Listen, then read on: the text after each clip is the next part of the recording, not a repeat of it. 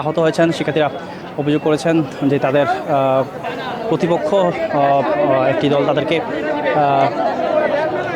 তাদের উপর হামলা করেছে, সেই বিষয়টি তারা বলছেন। এবং তাদের যারা আন্দোলনকারী শিক্ষার্থীরা তারা বলছিলেন যে কয়েক শত শিক্ষার্থী হাসপাতালে রয়েছে, প্রায় 150 থেকে 200 মতো শিক্ষার্থী আহত হয়েছেন বলে শিক্ষার্থীরা বলছেন। দর্শক, এই মুহূর্তে আপনারা দেখতে পাচ্ছেন সরাসরি যাদিনে কোন জায়গা থেকে আমাদের ভিডিওটি দেখছেন কমেন্ট বক্সে জানাতে পারেন। আমরা এই মুহূর্তে দেখাচ্ছি ঢাকা মেডিকেল কলেজের যেই জরুরি বিভাগ, সেই জরুরি বিভাগের সামনে থেকে আপনাদের সরাসরি দেখাচ্ছি। একটু বিষয় আমরা আপনাদের জানিয়ে রাখি, বৈষম্য বিরোধী ছাত্র আন্দোলনের ব্যানারে আজকে দুপুর 12টার পর থেকে যেই আন্দোলন হয়েছে, সেই আন্দোলনের পরই আন্দোলনকারী শিক্ষার্থীরা তারা ঢাকা বিশ্ববিদ্যালয়ের ভেতরে প্রবেশ করে পরবর্তীতে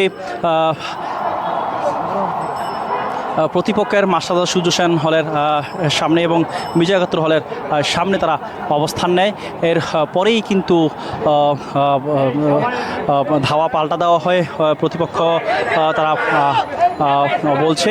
এর পরেই কিন্তু কয়েক শত শিক্ষার্থী আহত হয়েছেন বলে আন্দোলনকারী শিক্ষার্থীরা বলছেন। দর্শক, কে কোন জায়গা থেকে আমাদের ভিডিওটি দেখছেন কমেন্ট বক্সে জানাতে পারেন। এই মুহূর্তে ঢাকা মেডিকেল কলেজের যেই জরুরি বিভাগ, সেই জরুরি বিভাগের সামনে থেকে আপনাদের সরাসরি দেখাচ্ছি। শিক্ষার্থী যারা তারা বলছিলেন, তাদের যারা সহপাঠী যারা তাদের সাথে আন্দোলন করছেন, তারা বলছিলেন যে কোটা বিরোধী যেই আন্দোলন চলছে, সেই আন্দোলনে তাদের উপর হামলা করা হয়েছে, সেই বিষয়টি তারা বলছেন। ঢাকা মেডিকেল কলেজে তাদের কয়েকজন আন্দোলনকারী শিক্ষার্থী, 150 থেকে 200 জন শিক্ষার্থী রয়েছেন, তারা বলছেন। এবং আপনারা দেখতে পাচ্ছেন যে এই মুহূর্তে ঢাকা মেডিকেল কলেজের সামনে কিন্তু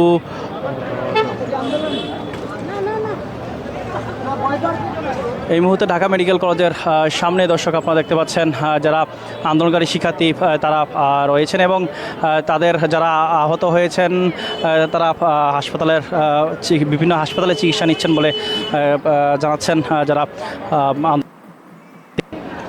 কোটা বিরোধী আন্দোলনের যারা শিক্ষার্থী আহত হয়েছেন, শিক্ষার্থীরা অভিযোগ করেছেন যে তাদের প্রতিপক্ষ একটি দল